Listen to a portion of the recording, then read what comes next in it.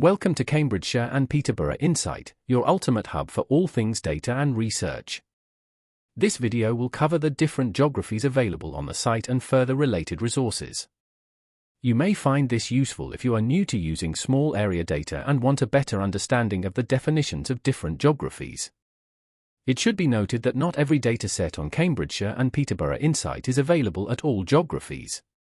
This could be for several reasons, for example the data provider's outputs only being produced at a particular geography.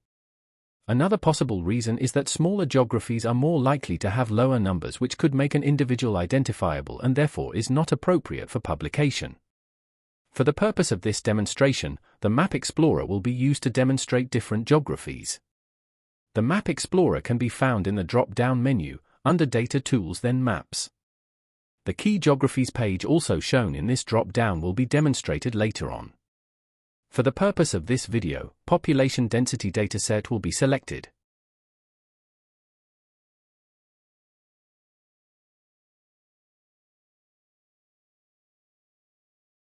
Firstly, some background. Cambridgeshire and Peterborough sits in the East of England region. It is made up of several layers of local government at different geographies, each with their own administrative boundaries. By administrative, we mean an area that is governed by elected representatives. This is Cambridgeshire and this is Peterborough on the map. Together they form the administrative boundary of the Cambridgeshire and Peterborough Combined Authority. However, Peterborough, as Peterborough City Council, is also an administrative boundary. It is a unitary local authority.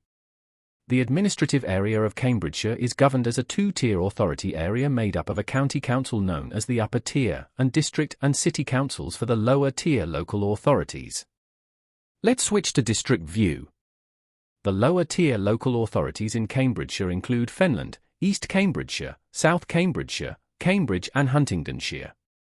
These are often known as local authority districts or LADs. Counties, LADs and unitary authorities are subdivided into electoral wards and electoral divisions. These are another form of administrative geography that we will go into later on in the video.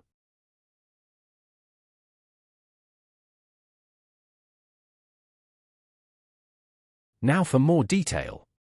Let's start with statistical boundaries like LSOAs. These are geographic boundaries which have been designed by the ONS for the purpose of publishing census results. The smallest statistical geographies available on Cambridgeshire and Peterborough Insight is Lower Super Output Areas or LSOAs. A large percentage of place-based administrative data is available at this geography level. LSOAs are built from between 4 and 5 output areas, which are the smallest of the statistical geographies. Usually, LSOAs have between 1,000 and 3,000 residents and between 400 and 1,200 households. In Cambridgeshire, there are 395 LSOAs and in Peterborough, there are 112 LSOAs.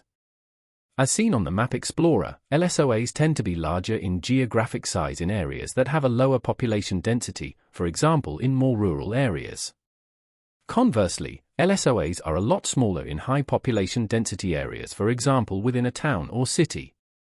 The dataset displayed in Map Explorer shows population density data from census, which helps demonstrate this point. The largest of the statistical geographies are the Middle Super Output Areas or MSOAs. They typically have between 5,000 and 15,000 residents and include between 2,000 and 6,000 households.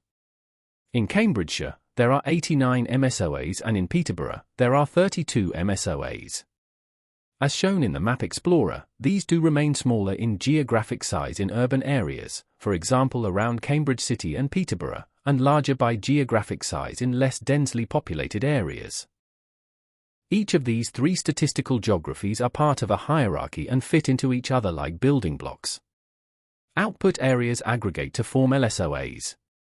The same is true of LSOAs aggregating to form MSOAs. This is very useful when aggregating data and perfect for showing comparison between different areas.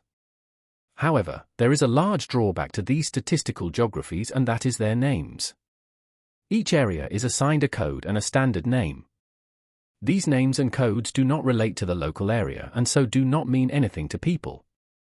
This makes it harder to communicate data for a particular place. For example, an LSOA in Finland is Finland 001A with a code of E010188094. This name does not mean anything to anyone. As a result, Cambridgeshire's Policy and Insight team decided that LSOAs could be improved with the addition of a name that means something to local people and others. This work can be found on the Open Data portal here. These names draw upon local landmarks, key roads and compass points within towns and neighbourhoods. Currently, LSOA local names are available for Cambridgeshire only. To navigate here, follow the link at the top of Cambridgeshire and Peterborough Insight to the Open Data portal.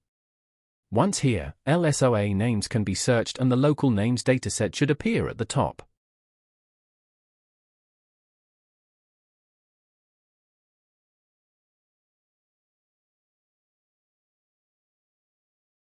Wards, as previously mentioned, are electoral subdivisions of local authority districts or unitary counties.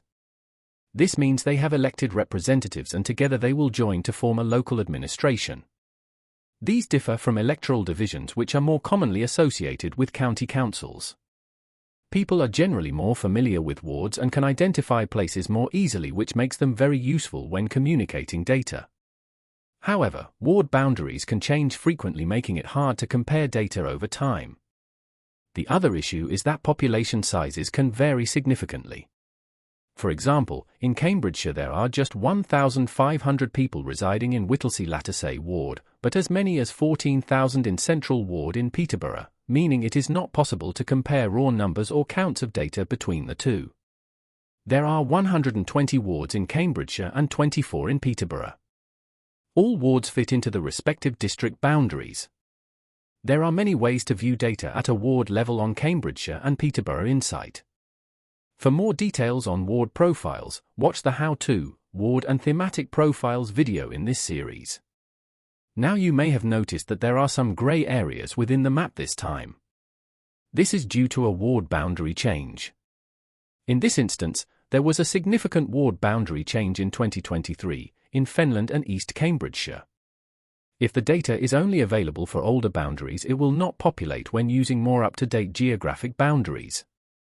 Fenland saw the largest change. The original 24 wards from 2021 were replaced by 18 newly drawn ward boundaries.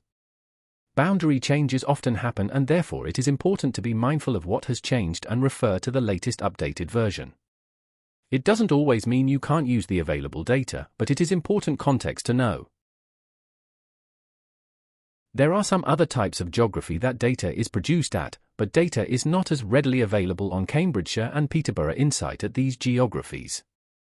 These include parishes and parliamentary constituencies. So far, the Map Explorer tool has been used.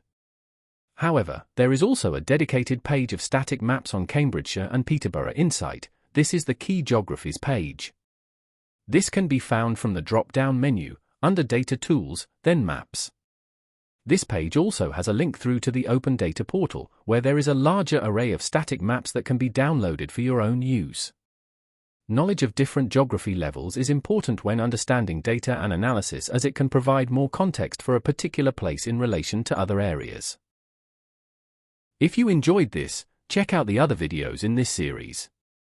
For now though, thank you for visiting Cambridgeshire and Peterborough Insight. Happy exploring!